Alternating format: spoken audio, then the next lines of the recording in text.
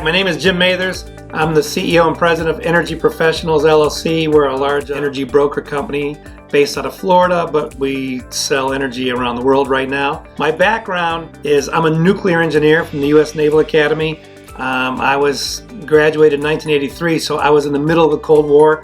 I was a nuclear engineer on a submarine that operated in the North Pole area, around Russia, in the Mediterranean, all over up and down the Atlantic. And actually, that's how I wrote this sales book, or co-authored this sales book with a Russian naval officer, because in 2011 I was talking to a bunch of consultants about leadership, about sales, and I talked about chasing Russians all over the oceans, and I had never caught any Russians until that day. Well, after my 4-hour seminar, this guy came up to me and he said, "My name is Captain Andrei Sizov. I was hunting you in 1985." And we became best friends. And I found out he'd been training salesmen since he'd been out of the Navy. And he had this book called The 55 Advices, and we looked at it and he said, "Look, will you be a co-author and put this in English?" And I found this guy thought exactly the same way about salesmanship as I did, and how to treat customers, and how to give people more than they expected, and how to under-promise, over-deliver, and also how to be a leader.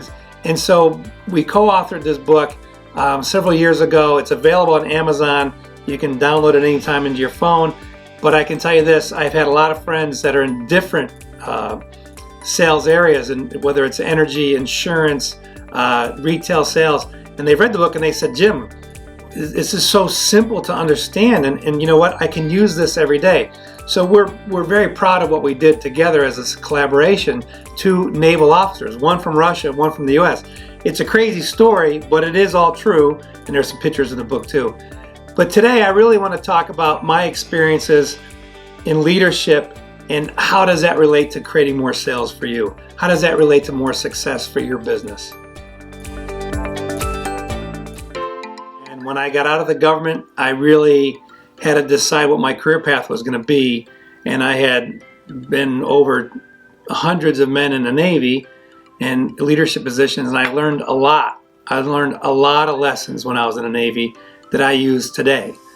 Now, in the last 22 years, I've had my own company in the energy business, and we sell electricity, natural gas in deregulated states.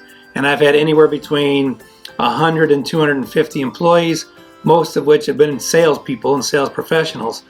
And that really tests your ability to lead people, because you have to literally pull people from the depths of depression on some days to get them up to and remind them of how amazing and awesome they are. And I'll tell you, from my Navy days, I had 2 commanding officers when I was on a submarine, and I was literally chasing Russians all over the Atlantic, the Mediterranean, and we were under the North Pole. And I had 2 severely different leadership styles. My first commanding officer was really a nice guy. He was a lot of fun to be with. He was always joking. He was always having a good time with us. But his flaw was, technically on this nuclear submarine, the commanding officer is responsible for everything, including the nuclear reactor, all the engineering spaces, all of the forward spaces, all the computers that we had, which in the mid-'80s were really old and clunky computers. I can run an entire nuclear submarine today from my iPhone. We didn't have that luxury back then. But technically and engineering-wise, he didn't know a lot. So when I was an engineering officer, if I had to give a report to the captain, I could give him a general report, everything's great, and he would take that. And a lot of times I didn't then know everything I should have known in my department in the engineering spaces. My second commanding officer was not social. This guy, you didn't sit down and have a cup of coffee and chit chat. This guy was all business. He knew every nut and bolt on this submarine. So when I would come up to give him a report about, "Oh yeah, one of the pumps is broken." I mean, after the first time that he literally ripped my face off and gave it back to me, and I went back and I found out everything about this pump, and these pumps were, bigger than 6 guys. Why it wasn't working, exactly what was wrong, what was on the nameplate data, and I became more competent because of his personal leadership. He wasn't necessarily a lot of fun to be around, but boy, I respected him. Whereas the first commanding officer was really only in the game for himself. And so we would work our butts off to do reports and, running around behind the Russian submarines. We'd made these beautiful graphics for him by hand because, again, there were no fancy computers back in those days. There was not a Mac. And, he got a lot of ribbons and medals and everything at the end of our Mediterranean cruise. And he didn't even thank us. So I learned that, that would have such a huge impact on me because I never really wanted to go to sea with someone like that again. And then the second officer was so competent that I learned a lot, and I was able to run my department much more efficiently and actually be more productive. But he didn't thank us either. So it was kind of an interesting thing that you have to have a competence. If you're going to lead anybody anywhere, you have to know what you're doing. And this is why the best leaders actually in companies, they help build it. They were there in the very beginning. They know where all the nuts and bolts are. They know where all the secrets are. They know every contract. They know the fine details of what they're doing. So when they tell one of their juniors to go get something done, they're not guessing or hoping that what they said to them was right. They know it's right. And you do need a little bit of toughness as a leader because a lot of times, if the leader is too soft, people come to you and they say, well, I have this personal problem, that personal problem. And, I'm always sympathetic to personal problems. And there are times, because I treat this even with 250 people, I treat it like an extended family. But at the same point, I can't let one person's misery in life affect the whole company. So I very quickly came up with ways to have my human resources department be able to take and care for personal problems off of company time and space without affecting the entire company. And so you have to have this mental toughness that you want to be kind to everybody, but you can't be kind to everybody and run a business or run a department or get things done. You have to be, as kind as possible to everybody, but you have to demand that people do their jobs. And really, leadership is about making sure people actually understand their job, can do all the components of their job, and that's what their direct managers are doing. The direct manager has to make sure that they're getting everything done on their list, because if they don't get something done, it can affect the entire company because we're now behind schedule because this guy didn't complete this piece of work. So there's a mental toughness here of demanding that people understand their jobs and making sure and double checking that they understand their jobs.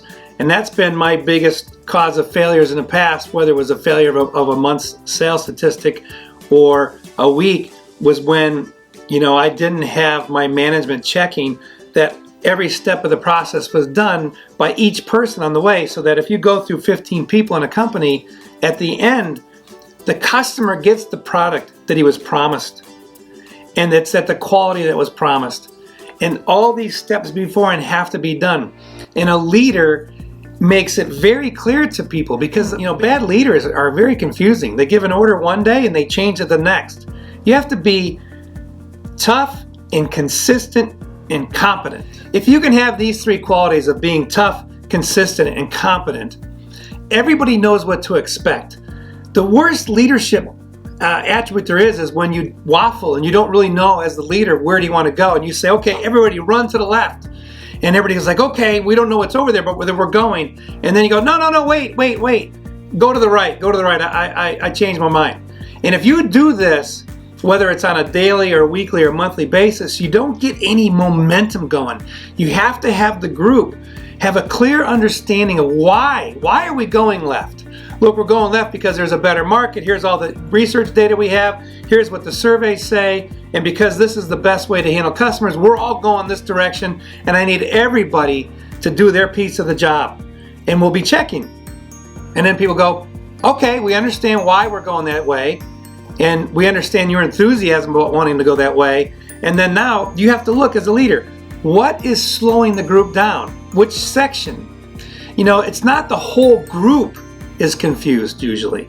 It's a piece of your group. There's some small number of people that didn't really understand that you're going left all of a sudden. And the group starts running to the left. And then you go, what are you guys doing? Well, we thought we were going to the right. Well, why? Okay, well that's clearing things up. You need to make sure that each member of your team clearly understands what direction you're running in so that they can follow you in that direction. And a good leader doesn't yell at people and say, well, get this job done, I don't care how you do it. You know, you do have to have guidelines that everybody agrees with, or at least the bulk of the people agree with. Because the other thing that you have to do as a leader is you have to recognize when there's somebody inside your group that is literally tearing apart the group. So a good leader also has to know and recognize who is actually on his team and has the purpose as the rest of the team and is going in the same direction as the rest of the team, because one person can really mess up an entire department just by going around and spreading negative tales and talking about this and complaining about you as the leader, or complaining about one of your managers, and basically tearing apart a department. And then when you go somewhere, that department is now not operating in sync with the rest of the company. So really a good leader is kind of like a conductor of a big orchestra, and you have to know what each player, what each person, what they're supposed to do, what they're supposed to sound like, what their piece of the puzzle is, because only then can you direct the entire orchestra through a complete symphony. This is really what the leader's doing. He's directing each person to go in a direction so that when you go in that direction as a group, you actually attain the goals of the group. And if you're a really good leader, you really highly reward the people that help do the most to get you there, and you acknowledge everybody that did help, and as quickly as possible you may have to remove some of the team members who are trying desperately to stop you from getting done what you want done. And this is probably one of the hardest points of leadership, is knowing when to let someone go. You know, how much time do you invest in a person before they finally prove that they're never going to go in the direction you're going? And you have to have that toughness to remove them, because that will destroy your group. Again, it's a very small number of people that somehow get in, and on the surface they say, yeah, I want to be here, and even every day they might say, I want to be here, but you know, behind the scenes they're literally saying the opposite to certain key members of your team, and you wonder why your team kind of stumbles once in a while. It's usually because of a person who has more joy in life from destroying what you're building than they are creating what you're building. And it's that tone throughout.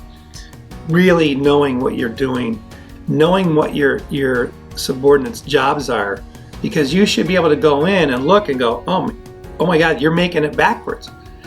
No wonder sales are down. You know, we aren't making the product correctly, and you find out that they're doing it wrong. But if no one looks, it never gets corrected. And this is why you teach your managers this same leadership essentials, is that they need to know what their group is doing. You can't just pluck a guy out of the air and say, okay, tell these guys what to do.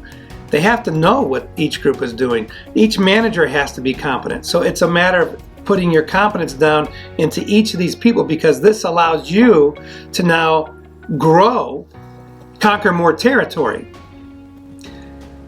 If you have a business that's small and it has a certain region and you're happy with that, good, then that's what your leadership is going to run. Your group maintaining this structure here, maintaining the marketing region that you're in. But if you want to grow, you're going to have to duplicate the competence of other leaders so that you can put another leader in another region. I mean, look at the success of McDonald's. One of the things about McDonald's and other great franchises is they have training so that a McDonald's in Russia, which I've been to McDonald's in Moscow, it doesn't taste exactly the same, but I'll tell you this, the procedures are almost exactly the same. Starbucks, I was in Starbucks in St. Petersburg, Russia, and I walked in and they greeted me in English. I don't know how they knew I was an American. And I walked up and I said, hey, I want, triple venti flat white, blah, blah, blah. And they're like, okay. No, they knew it. They knew what I wanted. I flew 10,000 miles to go to a Starbucks, and it was exactly the same as the one on the corner near my house. You have to have repeatability. This comes from leadership. Leadership is what determines what are you going to repeat. What successful actions have you learned the hard way in your experience? And how do you translate it into your other managers? And how do you get everybody to agree with this? This is true leadership. Actually making sure that everybody knows what they're doing, knows what direction the group is going in, and they're all pushing in the same direction. If you can get those three things, you can do anything you want to do, and there is no limit to your growth. Proof again, the biggest companies in the world are in multiple countries. We're working with a very large company right now that's in 127 countries, and we're helping them with their energy management. And yet, look what they did. They expanded to 127 countries. I guarantee you, if they don't have good leadership and they're not putting in the policies and they're not doing the agreements and they're not doing the competencies of what they're supposed to do, they'll fold up as a company. That's what happens to a company that has really bad leadership. People get confused, they don't know where they're going, they don't feel that there's competent leadership, and they either go away or they just keep making bad products until nobody will buy your product anymore. And that is a result of bad leadership. So again, to emphasize this, whether it's a sales organization, a manufacturing organization, this is true for any type of organization. For me, with salesmen, you have to have an exact pattern that you put in. Yes, each person is going to have a little different attitude, but you know what we sell is the same thing over and over and over again. So you got to make sure that you put in a strategy and a competency for each person so they know what they're doing. There's no confusion. And the less confused a salesperson is, the more sales they make and the happier they are. So this is how you increase your morale of your group. Make sure everybody understands fully what they're doing. Make sure they know why they're doing it. Make sure they know they're given the tools to be able to do their job. So that's where the supporting functions come in. For us, we have technical support. So all the information, all the pricing, everything needs to be done. These people have to be competent. And as a leader, you can't just say, well, I'm just in charge of the sales guys. Well, I was for a long time just in charge of the sales guys, but I was always coming over into the support groups going, hey guys, what do you need? Can I buy you some donuts today? You guys did a really great job supporting us yesterday. What can I do to make it better? And a good leader goes outside his direct zone and communicates with the other areas that support him so that he can actually get the entire big group going in the same direction. And you know, this sounds too simple and basic, but I swear to you, if you just went into your own organization right now and look at the most discontented people or the most upset people or the least amount of production, you're going to find upset people and you're going to find confusions, and you're going to find either the manager doesn't know what he's doing in that area, so he's not leading the people in that area correctly, and there's a competence missing, and there's understanding that's completely out in that area, so that you got to handle that confusion. And good leadership is always willing to go down and to get to that next level management and actually help them learn how to be a good leader. So a leader is always learning and always teaching. It's almost a daily process. I'm always reading other books. I'm always looking at other avenues of information I can use to bring back to my group. And then I'm always making sure that I go down to my next level of leadership and say, guys, hey, this area looks weak. Their sales stats are down. What are we going to do to improve this area? Who's confused? I'm always looking for who's the person who's confused, because that confusion creates no production. There will be no production from a confused area. So you want to go in and solve that confusion. You want to help the manager in that area. So leadership is a constant evolution. I've been doing this for over 40 years. And I think now it's like, I should be, old and tired. I'm not. I'm more excited than ever before. And I'm excited because I constantly look out and find out new things, new ideas. I look for people who are doing it better than me.